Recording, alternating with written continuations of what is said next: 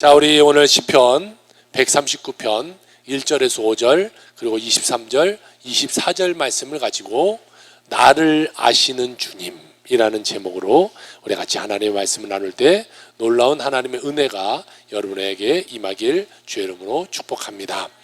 내가 내 삶을 나의 주인으로 내가 삶을 살아가는 동안에는요, 끊임없이 어려움과 고통과 슬픔과 문제가 우리 삶을 찾아올 수밖에 없어요.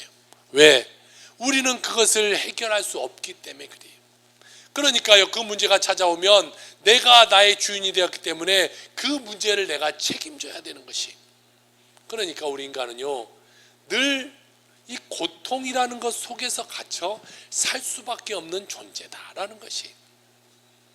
그런데 예수 그리스도를 구세주로 영접한 사람은요, 내 삶의 주인이 이제는 내가 아니라 주님이 내 삶의 주인이 되는 것이. 그러니까 예수님이 우리의 삶에 어떠한 고통도 괴로움도 질병도 주님이 담당하시고 주님이 해결하시기 때문에 우리는 어떠한 문제를 당하더라도 넉넉히 이겨갈 수 있다라는 것이. 그런데 여기까지 우리가 너무나 잘 알아요. 뭐 귀에 못이 박도록 들었으니까 잘 알아. 근데 문제는 뭐예요? 알기는 아는데 그 고통 가운데 내가 들어가면 내가 주님보다는 내가 무엇인가를 하려고 한다는 것이. 주님께 맡기지 못한다는 거예요. 어떠한 큰 문제가 다가왔어요. 어떠한 어려움이 내 삶 가운데 다가왔어요. 아픔에 내 몸에 아픔이 다가왔어요. 그러면 주님께 맡겨야 된다 우리가 수없이 알고 알지만 그것 가운데 주님께 맡기지 못하고 내가 무엇을 하려고 또 무엇을 하려고 뭐 찾아가고 여기 찾아가고 저기 찾아가고 뭐 좋은 거 먹으려고 저거 먹으려고 찾아다니. 믿음의 사람은요, 내가 무엇을 하려는 것이 아니라 어려움을 당하면 하나님께 맡길 수 있는 자가 돼야 돼요. 그러니까 우리가 평안할 때는 잘 몰라요. 그런데 어려움이 닥쳐보니까 내가 믿음이 있구나, 내가 믿음이 없구나 라는 것이 나뉘어지게 되는 것이죠. 믿음이라는 것은요, 여러분, 맡기는 거예요. 맡겼으면 의심하지 않는 거예요. 의심하지 않고 맡기고 하나님께 내 모든 것을 드려버리는 것이, 그리고 하나님이 해결할 수 있도록 내어드리는 것이 우리 기독교인의 신앙의 모습이 되게 된다는 것이. 우리가 스스로 해결하려고 하니까요, 문제 가운데 늘 갇혀서 고통 가운데 우리 인생을 살아가고 있는 것이죠. 오늘 성경을 통해서 우리가 첫 번째 같이 나누고 싶은 말씀은요, 주님은 나를 아신다라는 거예요. 나를 아시는 주님에 대해서 같이 나누기를 원합니다. 오늘 시편 139편 1절입니다. 여호와여, 주께서 나를 살펴보셨으므로 나를 아시나이다. 할렐루야. 주님이 우리를 아신다는 거예요. 주님이 나를 알고 계신다는 것만 해도 얼마나 기쁩니까? 어디 유명한 사람을 내가 알고 있어요, 이것만 해도 엄청난 자랑거리 아니겠어요? 그런데 하나님이 나를 아신다는 거예요. 내가 하나님 아는 것이 아니라 하나님도 나를 아신대. 그런데 뭐라고 하십니까? 그냥 아는 것이 아니라 나를 살펴보시고 나를 아신다는 거예요. 그냥 대충 휙 보시는 것이 아니에요. 꼼꼼하게 우리 삶을 다 살펴보시고 우리를 아신다. 하나님 우리를 어디까지 아시냐? 머리카락을 세실 정도까지 우리를 아신다라고 말씀하고 계신다는 거예요.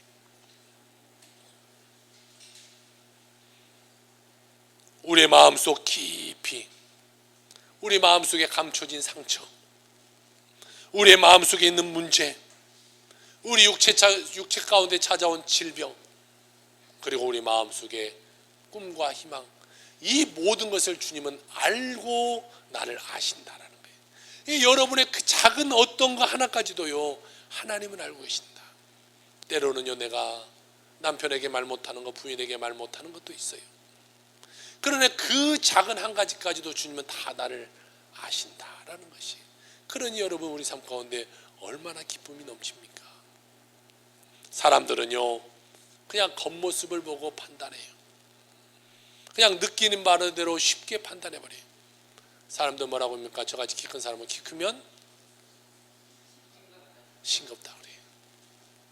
키가 크면 그냥 다 싱겁. 처음에 만나면 키 크면 아이고 저 사람 그냥 싱겁겠네, 별 볼 일 없겠네, 다 그렇게 생각해요. 근데 조금 덜 싱거울 수도 있어요. 우리가 보는 대로 다 똑같지는 않아요.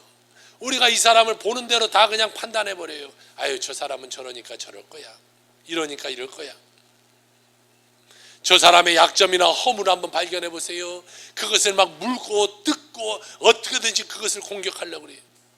우리가 뭐 잘 아는 저기 여의도에 계신 분들 보세요. 요 많은 거 하나만 보세요. 막 옛날까지 다 들투어서 막 어떻게든 그 사람 끌어내려고 하지 않습니까? 그런데 그 사람만의 문제가 아니에요. 우리도 똑같다는 거예요. 교회 안에서도 똑같아요. 감사하게 정말 우리 교회에서는 서로 뭐 이렇게 미워하거나 어쩌네 목사님 저 사람이 어쩌네 이런 소리가 없어서 너무 감사해요. 근데 옛날 교회 다른 교회 보면 늘 그런 일이 있어요. 막 어쩌고 저 사람 때문에 어쩌고 저 사람 때문에 뭐 교회를 못 나가겠네 어쩌네 시험 드렸네 어쩌네. 우리도요 저 사람의 약점을 뭐 어떻게든 물고 뜯으려고 한다는 것이.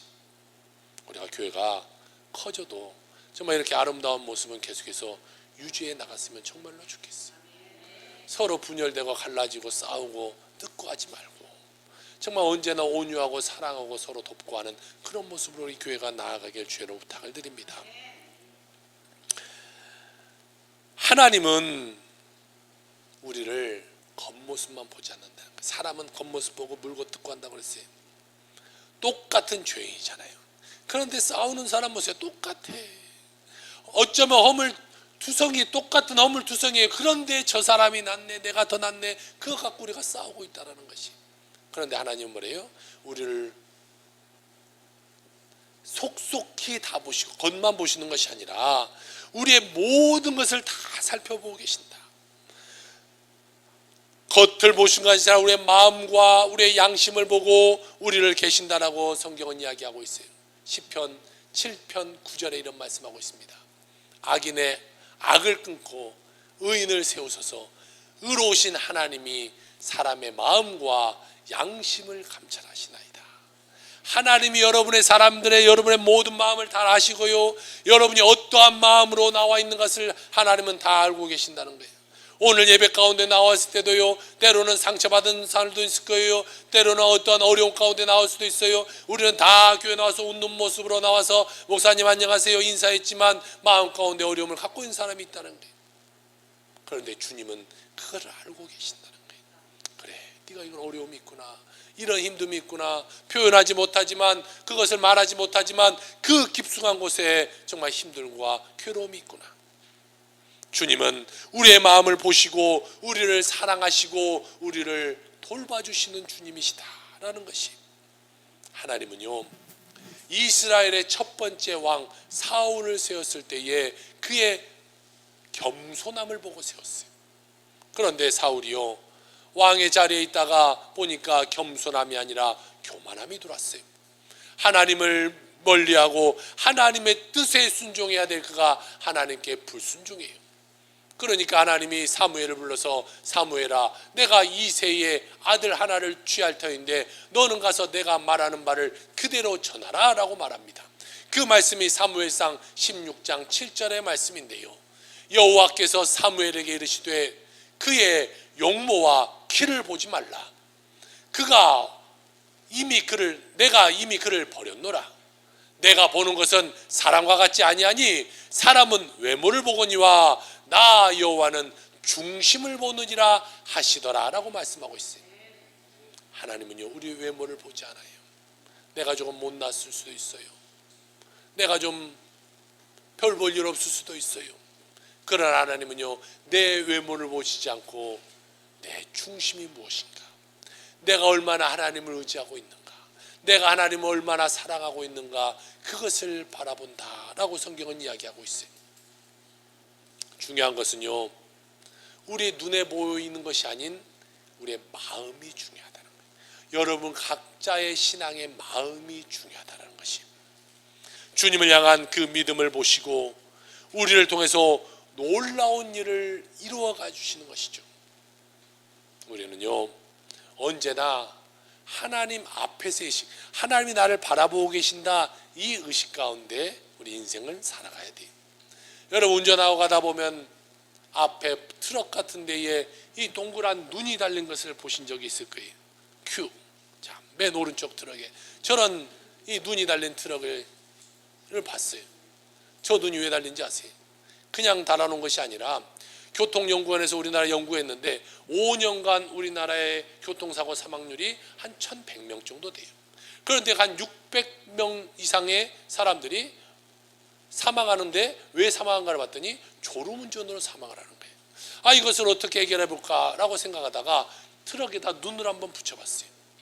사람들이 이렇게 앞에서 무언가 나를 바라보고 있고 밤이 되면 반사가 돼서 이것이 비치고 눈이 나를 바라보고 있는 것 같이 해놓으니까 이 졸음운전의 사고율이 뚝 떨어지더란 거예요. 그것을 어디서 착안했냐? 바로 옆에 있는 것에 대해서 착안했는데요. 이것이 뭐냐? 영국에 있는 이 뉴캐슬 대학교 연구팀이 음료 자율 가판대를 만들어 놓고 커피는 뭐 1,000원, 율무차 뭐 500원, 뭐는 얼마 이렇게 놓았어요. 그리고 사람들이 그것을 가져가면서 자율적으로 그것을 계산하도록 만들어 놨어요. 그런데 한 주는 저렇게 눈이 있는 사진을 위에다 딱 붙여놓고 또 한 주는 그냥 꽃이 있는 사진을 갖다 붙여놔봤어요. 그랬더니 눈을 이렇게 그려놨던 이 눈을 붙여놨던 그 주간에 꽃을 붙여놨던 주간보다 사람들이 돈을 내는 그 확률이 2.8배가 늘었다는 거예요. 그러니까 별거 아니에요. 사진인데 그냥 눈을 이렇게 붙여놨더니 사람들이 이 눈 보고 어이구 돈 안 내고 가면 안 되겠지. 그 돈을 내고 갔다라는 것이. 그래서 저도 한번 생각해 봤어요. 우리 교인들도 신앙생활 잘 안 하고 성경 잘 안 읽고 집에서 대충 살면 집에다 갖다 좀 하나님 눈을 갖다 좀 붙여놔볼까. 그러면 2.8배가 신앙생활을 잘하지 않을까라는 생각을 해봐요. 여러분, 우리는 하나님 앞에서의 의식을 갖고 살아요. 하나님이 나를 바라보고 계신다라고 하면요, 뭐 꼭 저 통계처럼 되진 않겠지만 우리가 적어도 2.8배 이상은 신앙생활을 잘하지 않을까 생각되어져요. 하나님 나를 바라보지 않고 계신다 생각하니까 우리가 신앙생활 대충 하는 거예요. 성경도 안 보고 말씀도 안 보고 그냥 일주일간 교회 한번 갔다 오면 그것으로 땡 하면서 인생을 살아가 버리라는 것이죠. 여러분, 우리는 하나님 앞에서의 삶, 코람데오의 삶을 살아가는 여러분의 삶이 다 되시기를 주의 이름으로 축복합니다. 두 번째, 오늘 성경은 뭐라고 말씀하시고 계시냐? 나를 안수하시는 주님이시다라고 말하고 있어요. 하나님은 첫 번째 우리를 아시고 두 번째 우리를 안수하시는 주님이시다라는 것이죠. 오늘 139편 5절입니다. 주께서 나의 앞뒤를 둘러싸시고 내게 안수하셨나이다 라고 말하고 있어요. 하나님은 아까 우리를 아신다고 말하고 있어요. 우리를 아실 뿐 아니라 내 앞뒤를 다 둘러쌌어요. 나를 동그랗게 다 둘러싸고 그 다음에 나를 안수하셨다. 하나님이 나의 모든 것을 다 막아주시는 거예요. 그리고 하나님 나를 축복해 주시고 하나님 품 안에서 축복해 주고 계시는 것을 말씀하고 있는 것이, 주님의 보호하시면은요 빈틈이라는 것이 없어요. 주님 우리를 보호하시면 악하고 더러운 거 어떤 것도 우리를 틈타들을 수 없는 거예요. 그리고 주님이 나를 안수하고 계시는 것이, 그러니까 여러분, 어떤 것이 나를 공격해 온다고 할지라도, 어떤 슬픔과 어떤 문제나 어떤 아픔이나 어떤 고통이 나를 침범해 온다고 할지라도 내 삶을 무너뜨릴 수 없다는 것이, 왜? 하나님이 나를 보호하시고 하나님이 나를 안수하고 계시기 때문이다라는 것이죠. 여러분, 이 믿음을 갖고 살아가기 주의 이름으로 축복합니다. 나는 늘 하나님의 품 안에 있다는 거예요. 때로는 내가 힘들고 어렵고 고통 가운데 있고 병원에 갔더니 당신은 안 뵙깁니다라고 말하면 하나님이 저 멀리 있는 것처럼 느껴질 때가 많아요. 그런데 여러분, 그때도 하나님 나를 품고 안수하고 계신다는 거예요. 믿으면 그 문제가 해결되는 것이고, 믿지 못하면 그 고통을 내가 계속해서 안고 갈 수밖에 없게 되는 것이죠. 성경에 보면요, 안수할 때는 여러 가지의 상황 가운데 안수를 해요. 첫 번째로는요, 우리에게 복을 주기 위해서 안수를 해요. 두 번째는 병고침의 역사가 나타나기 위해서 안수를 해요. 세 번째는 성령 충만함을 위해서 안수를 해요. 그리고 네 번째는 직분자를 세우기 위해서 안수를 해요. 안수할 때는 그 네 가지를 가지고 안수를 합니다.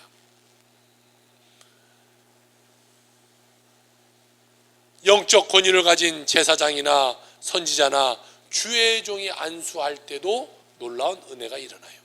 그런데 사람이 아닌 하나님이 우리를 직접 안수하여 주고 계신다는 것이, 그러면 얼마나 놀라운 일이 일어나겠습니까?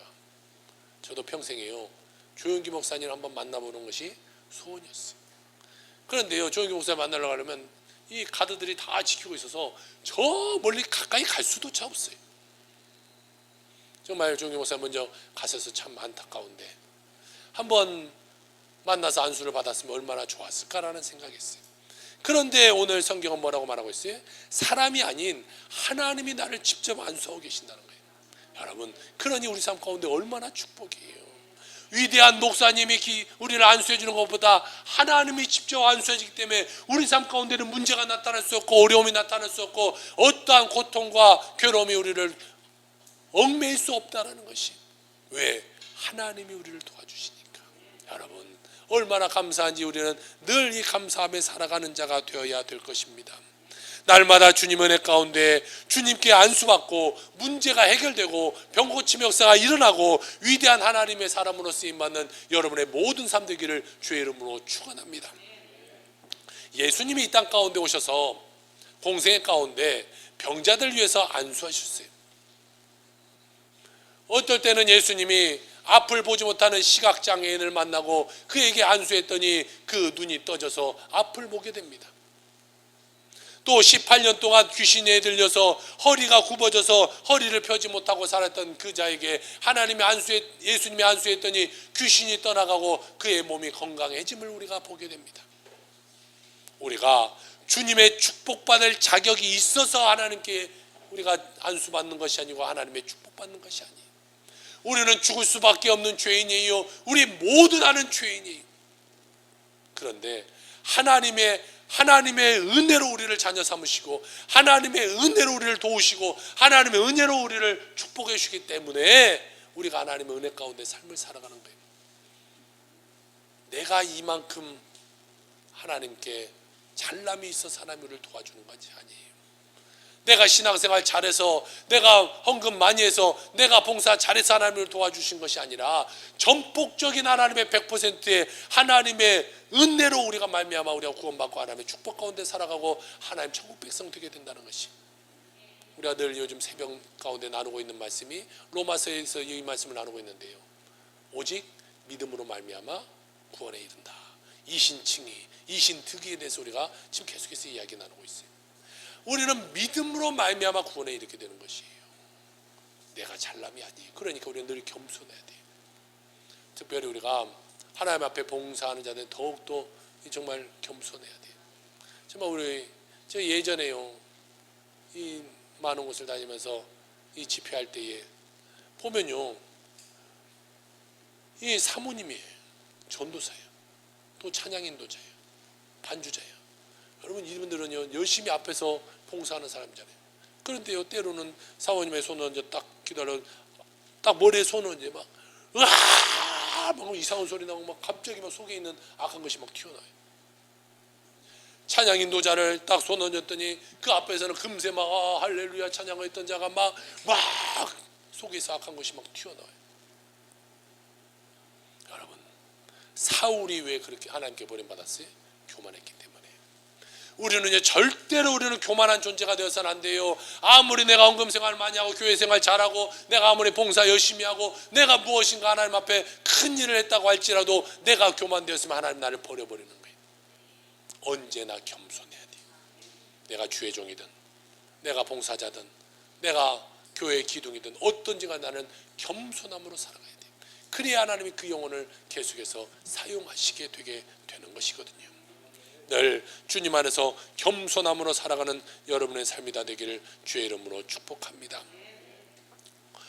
예수님 시대에 어떤 부모가 자기 아들들을 데리고 와서 안수받으려고 예수님께 막 데려왔어요.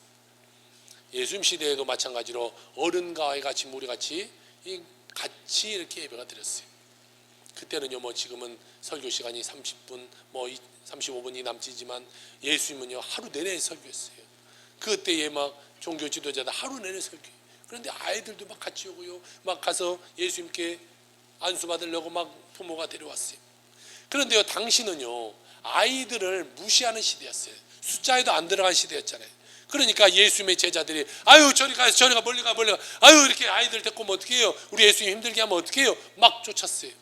그랬더니 예수님이 쫓은 그 제자들 나무라고 아이들을 내 앞으로 데려와라. 그리고 예수님이 그들에게 직접 안수하여 주셨어요. 뿐만 아닙니다. 성령 강림 사건 이후에 사도행전 시도해 보니까요, 사도들이 사마리아에 가서 안수했더니 그 사람들이요 막 성령 충만함을 받게 되게 되는 것이, 우리가 부족하고 우리가 연약하고 우리가 허물이 있어도 엎드려 회개하고 주님의 도우심을 간구하고 나가면요, 하나님의 은혜가 우리 삶 가운데 임하게 되게 되는 것이. 그러므로 여러분, 언제나 우리는요 낮은 자의 모습으로 살아야 돼요. 겸손한 모습으로 살아가야 돼요. 절대로 교만해서는 안 돼요. 교회도 마찬가지예요. 교회 자체가 교만하니까 분란이 일어나고요, 교회가 지역 가운데 손가락질 당하게 되는 것이. 겸손한 교회, 겸손한 우리 기독교인들이 다 되길 주의 이름으로 축복합니다. 주님이 나를 안수하시면요, 어떠한 문제도 다 해결되는 거예요. 염려도 떠나가고, 걱정도 떠나가고, 슬픔도 떠나가고, 질병도 떠나가고, 문제도 떠나가고, 오직 주님의 은혜와 축복이 우리에게 임하게 되는 것입니다. 늘 여러분 말씀 읽고 묵상하고 큐티해야 하나님이 말씀 가운데 우리에게 안수해 주는 거예요. 늘 찬양과 감사와 기도할 때에 하나님이 우리 가운데 오셔서 우리를 둘르시고 우리에게 안수하여 주시는 것이, 늘 여러분 주님 앞에 안수받고 복받는 인생 다 살아가기를 주의 이름으로 축원합니다. 세 번째로 오늘 성경은 우리에게 말씀하고 있기를, 나를 인도하시는 주님에 대해서 말씀하고 있습니다. 주님은 우리를 아시고 주님은 우리를 안수하실 뿐만이 아니라 우리를 인도하여 주신다라는 것이, 시편 139편 23절 그리고 24절입니다. 우리 같이 한번 한 목소리로 한번 읽어봅시다. 시작. 하나님이여 나를 살피사 내 마음을 아시며 나를 시험하사 내 뜻을 아옵소서. 내게 무슨 악한 행위가 있나 보시고 나를 영원한 길로 인도하소서. 아멘. 하나님께서 우리를 살피시고 우리를 바라보시고 우리의 중심을 보시고 우리의 갈 길을 인도하여 가신다는 것입니다. 우리의 마음을 보시고 시험하시고 인도하신다. 우리의 마음이 주님께 향해 있어야 돼요. 그러면 하나님 우리를 시험해 보는 거예요. 정말 이 자가 믿음이 있나? 이런 고통 가운데도 나를 의지하나? 이런 어려움이 있어도 나를 의지하나?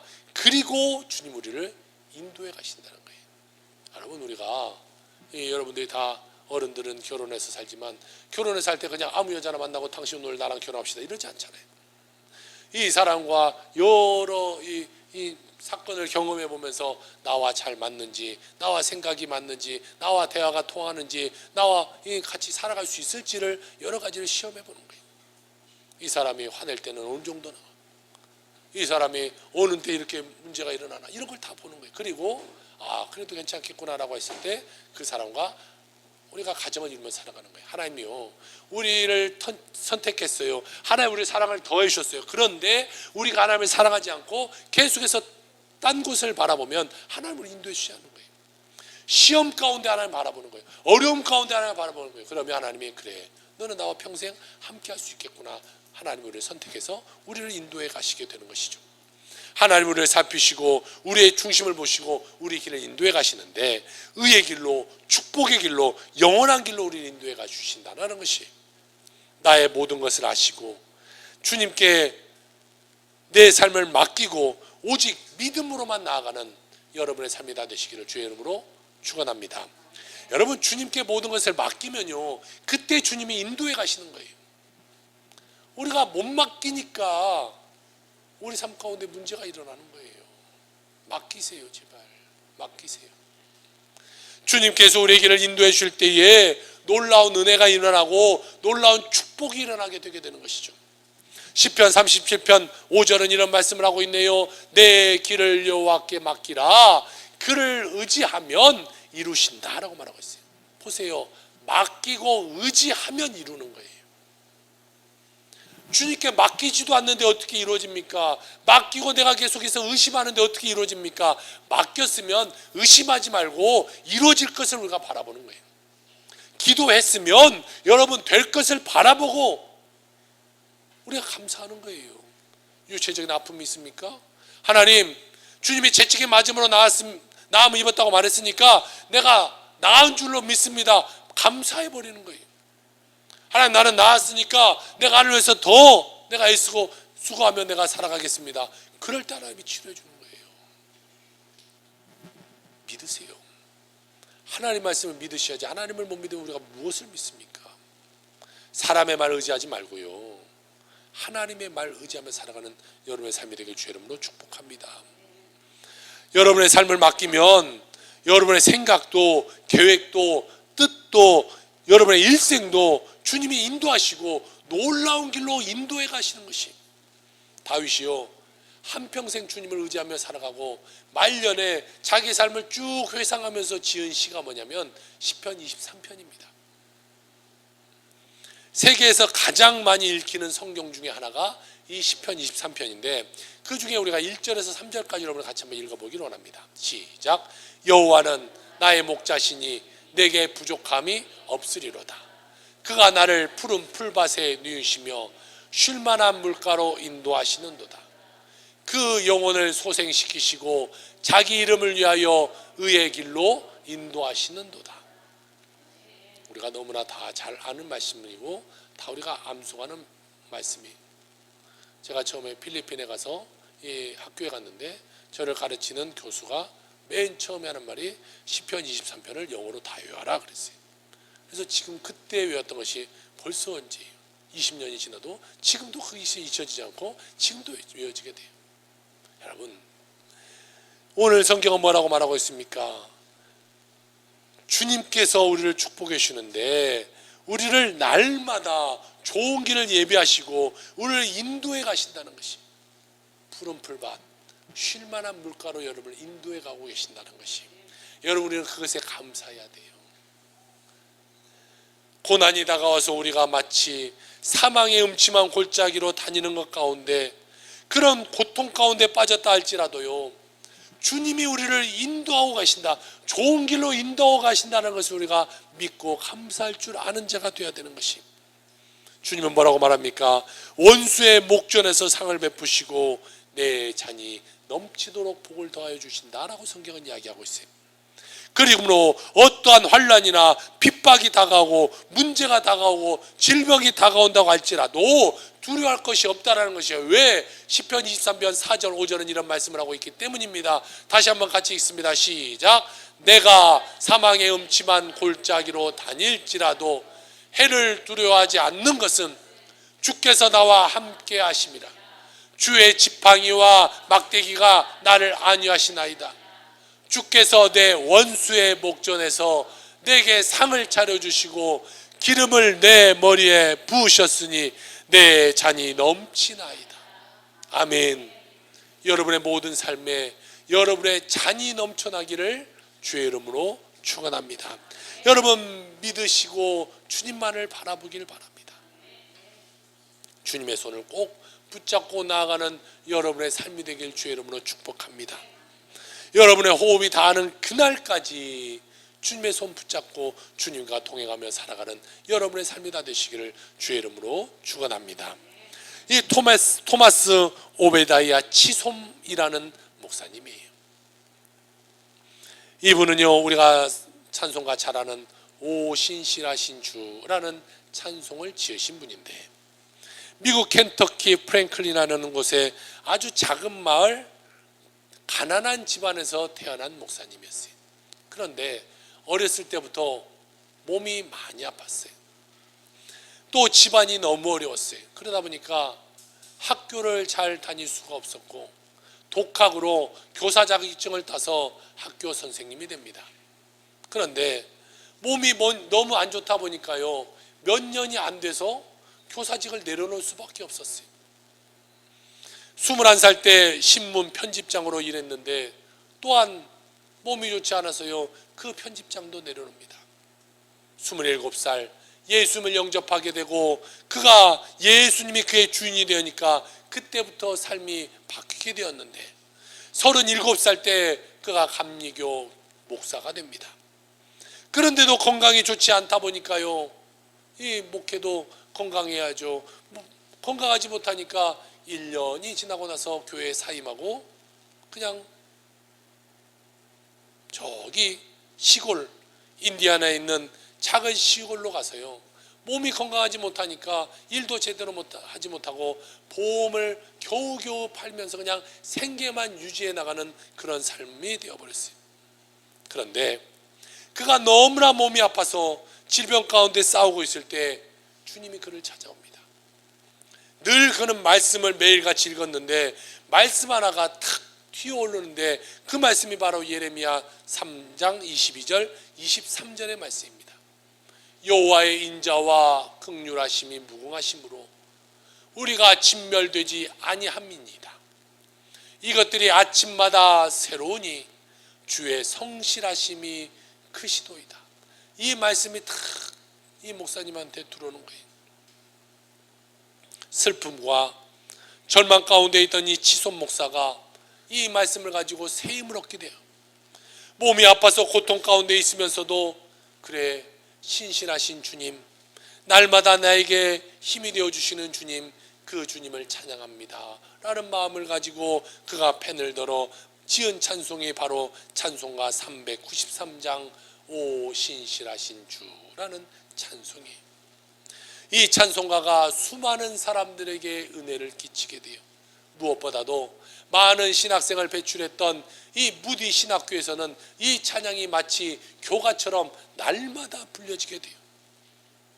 또한 어느 총장님은요, 학교에서 이 찬양을 늘 부르고 또 장례식 때도 이 찬양을 부를 정도로 이 찬양을 많이 불렸어요.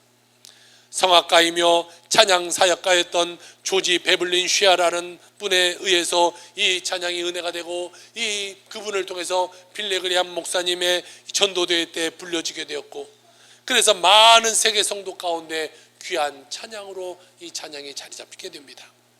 이 찬양을 짓고 난 다음에 하나님이요, 그가 이 아파서 정말 날마다 끙끙거리며 살아가는 이 삶의 건강함을 회복시켜 주시고, 놀랍게 몇 년 더 살까 했던 이 사람이 94세까지 건강하게 살다가 하나님의 축복받아 하나님의 은혜 가운데 하늘나라 가게 되는 거예요.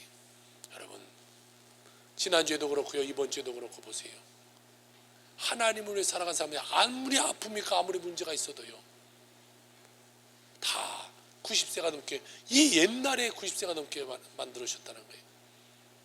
여러분, 우리가 믿음으로 살아가기 바랍니다.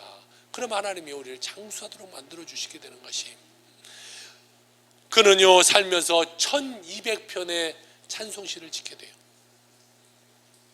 여러분은 건강하잖아요. 그런데 우리가 오늘의 삶을 어떻게 살고 있는가 한번 우리의 삶을 한번 되돌아봅시다. 건강함을 갖고 우리는 무엇을 하면서 인생을 살아갑니까? 내가 이 건강함을 갖고 하나님께 어떠한 희생과 어떠한 모습으로 하나님께 나아가고 있습니까? 우리가 살면서 부끄러운 삶 살지 말고 정말 하나님께 영광 돌리며 살아가는 삶을 살아가는 여러분의 삶이 되기를 주의 이름으로 축원합니다. 이 지손 목사님이 이런 말씀을 하셨습니다. 저는 어렸을 때부터 지금까지 건강이 나빠서 많은 돈을 벌지 못했습니다. 그럼에도 불구하고 언약을 지키는 하나님의 변함없는 신실하심과 놀라운 돌보심을 이 찬송 가운데 기록할 수밖에 없었습니다. 그래서 지금도 하나님의 은혜를 생각하면 감사가 솟구쳐 올라옵니다 라고 말하고 있어요. 여러분의 마음 가운데는 하나님의 은혜를 향한 감사가 넘쳐나고 있습니까? 날마다 이 감사가 막 솟구쳐 올라와 내가 하나님께 감사드리지 않고는 살 수 없는 그런 삶을 살아가고 계십니까? 이런 경이로운 감사가 여러분의 삶 가운데 넘쳐나길 주의 이름으로 축복합니다. 이 찬송은 그의 신앙이자 그의 모든 성도의 신앙의 고백이 되었습니다. 사랑하는 성도 여러분, 여러분의 삶을 주님께 맡기길 바랍니다. 나보다 나를 더 잘 아시는 주님께 여러분의 모든 것을 맡기길 주의 이름으로 부탁을 드립니다. 주님께 우리의 삶을 맡기시고 오직 감사함으로만 살아가는 여러분의 삶이 되기를 바랍니다. 어떠한 근심, 걱정, 초조, 불안, 어떠한 아픔 다 주님께 맡기시고 주님이 해결하심을 믿고 감사함으로 살아가 하나님이 주시는 그 축복 가운데 날마다 거하는 여러분의 삶이 되기를 주의 이름으로 부탁을 드립니다. 그렇게 살 때 여러분의 삶의 종착지는 하나님의 축복이 되게 될 것입니다. 아멘. 기도합시다.